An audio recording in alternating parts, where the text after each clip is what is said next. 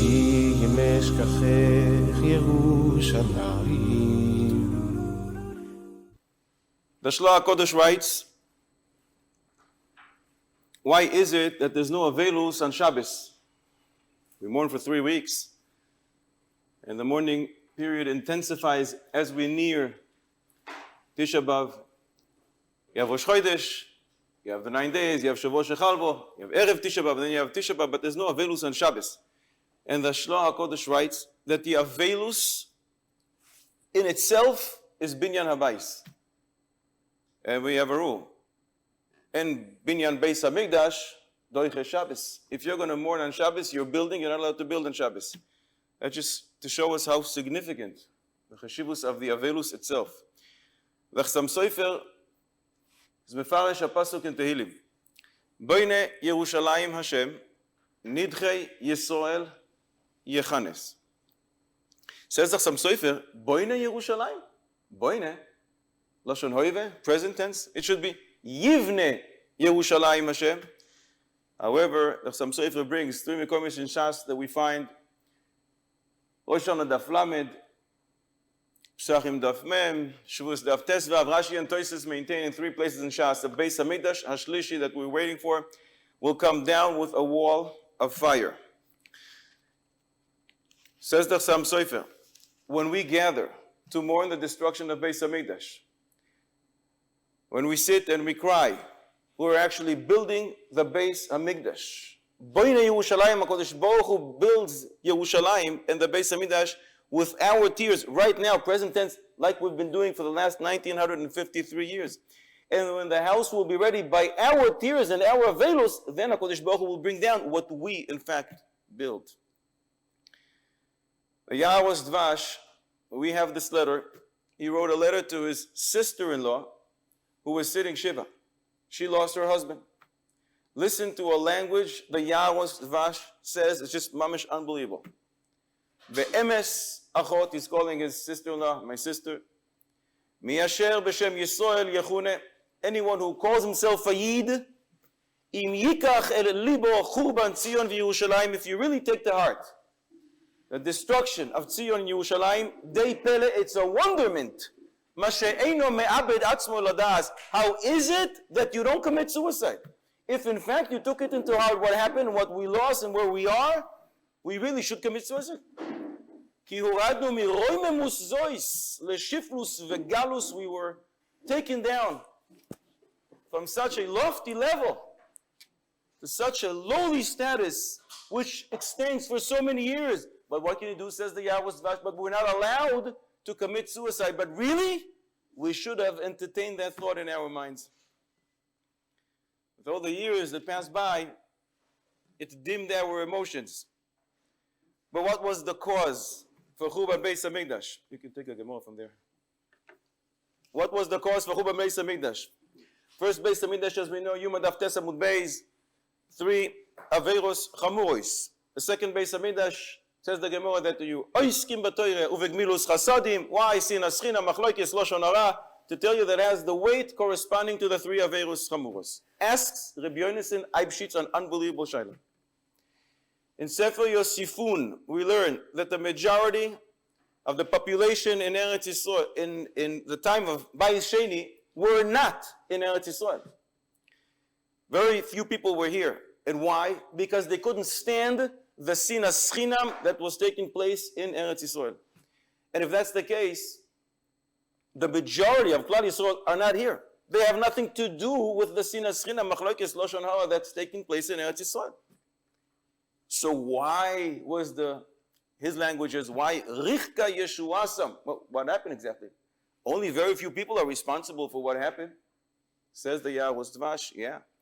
But those people who sit in Eretz Yisrael have such weight, and their deeds impact Klal Yisrael, and in fact, the world entire. So it places such a burden and responsibility on us. But Chazal tell us that Midah Toiva Meruba times 500 than Midas Puranus.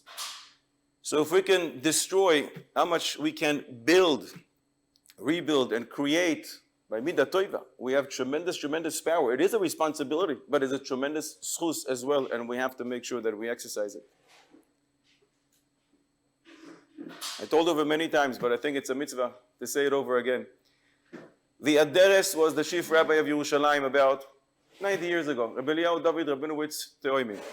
How did he become the Rav of Yerushalayim? The chief rabbi of Yerushalayim was Reb Shmuel Salant. He became very old. He was 91 years old, and he felt that he just can't continue. And therefore he asked that they should go to the Ponovitch and Mir. That's where the Aderes was the Rav, and they should bring him from Europe to replace him. He should be the chief rabbi of Yerushalayim. So they went and they convinced him, and a young 61 or 62 years old, the Aderes, comes to Yerushalayim to become the chief rabbi. We have a letter that the Aderes writes to his family back in Europe. And he writes to them, Anshe Yerushalayim think that they did me a big favor. They rented for me an apartment overlooking the Makom HaMikdash. And they think they did such a big favor. Every day I open the curtain and I see Makom HaMikdash, and they don't know that they're shortening my life, because every time I see Makom HaMikdash, my heart is broken. Niba velo yada maniba. He prophesied and he didn't know what he prophesied, because he only lasted 2 years in Yerushalayim. He passed away. Reb Shmuel Salant, who asked him to become the Rav instead of him, was still around, and he eulogized him. The Aderes wrote 120 Sforim. Only 2 were published during his lifetime. We still have a lot of handwriting Sforim, 118 of them that weren't published. But we go to the Koisel and we take pictures. We hug each other, smiles, we dance around the Koisel. We need to cry. But the truth is, we know how to cry. We know how to cry. When your neighbor buys a new car, you know how to cry. But we need to know how to cry for stones. But it's not true. We know how to cry for stones. When your neighbor replaces the marble floor, we know how to cry for stones. But we need to cry for a different type of stones. It's been many years that we're saying the kinos. It's been many years that we're learning the stories of destruction. Rabbi Chetzkel Abramsky used to say an unbelievable thing. He used to say, our Tisha BeAv reminds me of an old age home. And they looked at him, what? And he said, what do old people do in an old age home? They sit around with their slippers and think and talk about food all day long. What do we do in our Tisha BeAv? We sit around with our slippers and think and talk about food all day long. Then what time is the fast over? No, I just want to know. I'm going to Vilna, 8:13, 8:15, 8:16. I just want to know. But it could be that if we see that so many years have passed by and it's not working, that it's just not sufficient enough just to be sitting with slippers and talk and think about food all day long. There was a guy who took his son to the doctor. His son was sick. And the doctor prescribed antibiotics. So his father gives it to him for a week. No change. They go back to the doctor. And the doctor prescribes the same medicine. So the father gives it to his son, and there's no change. A week later, he comes back to the doctor and says, doctor, didn't help. And the doctor prescribes again the same antibiotics. Tell me, how long will this continue before the father wakes up and says, it's not working? We've been sitting around 1953 years with our slippers saying the kinos, thinking about food. It's apparently just not strong enough. We need a more potent medicine. We still need to do what we do. We still need to do with the slippers and the kinos. But it seems that we have to add. And since Chazal told us the reasons for the destruction, those are the things that have to be rectified. Tzadok HaKohen and Pri Tzadik, Parashas Dvarim, writes an unbelievable thing. We're about to learn the Agadita that relates to the destruction of Beis HaMikdash. Reb Tzadok HaKohen says, don't think that it's here accidentally. And he brings different examples. Masechet Shabbos Perek Rebbe Kiva, Perek Rebbe Kiva Daf Pei Zayin, Pei Ches, Pei Tes, we learn of Matan Torah. All the Agadita related to Matan Torah. Why is it Dafka plugged there? Says Reb Tzadok HaKohen, because Rebbe Kiva is the shoyresh of Torah Shebe'al Peh. Kuli Alma Moedi, everybody agrees, all the Tanaim, the Torah was given on Shabbos. Therefore, Dafka Matan Torah is in Masechta Shabbos in a perek called Perek Rebbe Kiva. Continues Reb Tzadok HaKohen and says, you're about to learn the Agadita of the destruction of Beis HaMikdash. What do you think? It's Stam here. What's the name of the chapter? There's a few Gemaros here, those who want. Daf Nun Hey Amud Beis, Nun Vav, Nun Zayin, Nun Ches Amud Aleph. It's in Perek called HaNizakin. Not in Masechet Sanhedrin, HaNiskalin. HaNizakin, damages. Got damage? We can pay. HaKadosh Baruch Hu said about himself in Baba Kama Daf Samech. I am the one who lit the fire, but I will rebuild. It's a nezek. It's not a permanent skila that there's no coming back from. It's in Maseches Gittin. It's a get, but there's a mitzvah. Machzir Drushasoi. So we wait for HaKadosh Baruch Hu, in fact, to do that. In many places in Chazal, in Yerushalmi, Midrashim, we learn that HaKadosh Baruch Hu keeps his entire Torah. HaKadosh Baruch Hu is Mekayim all the mitzvahs. There's no real mitzvah of Machzir Gusha, so it's not one of the Torah, contrary to what people believe. It's also not exactly a Derabanon, but there's definitely an Inyan, Minchas Chinuch brings it. Machzir Gusha. So we wait for HaKadosh Baruch Hu. In fact, it is reversible. It's not in Niskalin, it's only in Nizakin. In Yimitz Hashem, in fact, HaKadosh Baruch Hu, real soon, will be Mismale Rachamim, and will bring us back. Second Beis HaMikdash was destroyed because of Sinas Chinam. Machloikes Lashon Hara. The first Beis HaMikdash was destroyed. In Adorim Pei Aleph, B'Metzia Pei Hei, we learn Shelo Berchu B'Torah Tchila. In the Ran's languages, Shelo Hayta HaTorah Chashuva Be'eneihem Kol Kach. They learned it. They studied a lot of Torah. But it wasn't so important in their eyes. So I think the ultimate tikkun for that is when we gather publicly to learn Torah, when we're exempt from Talmud Torah, that's the tikkun. Shelo hayta Torah chashuva be'eneihem kol kach. We show HaKadosh Baruch Hu, yes, in fact, it is extremely important to us. Not only are we exempt, we're also fasting. But we come to learn His Torah. And when we gather, that's the tikkun for the lack of achdus that they had back then, and we're misakin that in Mitzvah Hashem. With the schus of Torah, the schus of achdus in Mitzvah Hashem. This will be the last time we learn the stories of destruction. 1953 years. Next year, Mitzvah Hashem, we start a new count. The stories of Geula.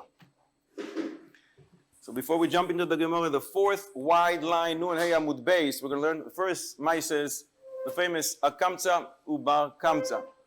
But before that, I want to ask you a question, or maybe tell you a little history that you may not all be familiar with. Do you know that before Second World War, before the Holocaust, I think 1930 or 31, there was a Yid who traveled to Germany to meet with Hitler, to plan the destruction of the Jewish nation, the annihilation, complete annihilation of the Jewish nation. What in the, you know this historical fact? People are shaking their head. Not familiar. What in the world can cause a Yid to do such a crazy thing? You know what was his name? His name was Mr. Bar Kamsa. What happened with Bar Kamsa? We know the story, we're going to see it in a second. Kamsa and Bar Kamsa have an issue. Baal HaSeuda has an issue with Bar Kamsa. Bar Kamsa is so insulted. And in fact, it's a terrible thing. What happened to him? Everybody was quiet. The guy embarrassed him publicly. Terrible. Very, very sad. So he has an issue. He doesn't have an issue with the Baal HaSeuda, the one who invited him, because the Mefarshim say he knew that if he was in the same position, he would do the same. Therefore, his anger was geared towards the Rabbonim, the Talmidei Chachamim. They're not saying anything. So who was there? The Chaim Kanievsky? So go to his house, I'll tell you where it is, Rashbam 23, and shoot him. You have a problem, Chazon Ish was there? Destroy his car. Who else was there? Rabbi Yosef? Who was there? Gedoyle Yisrael. Deal with them. But what does he do? Let me go to the Caesar and say very kind things about my own people.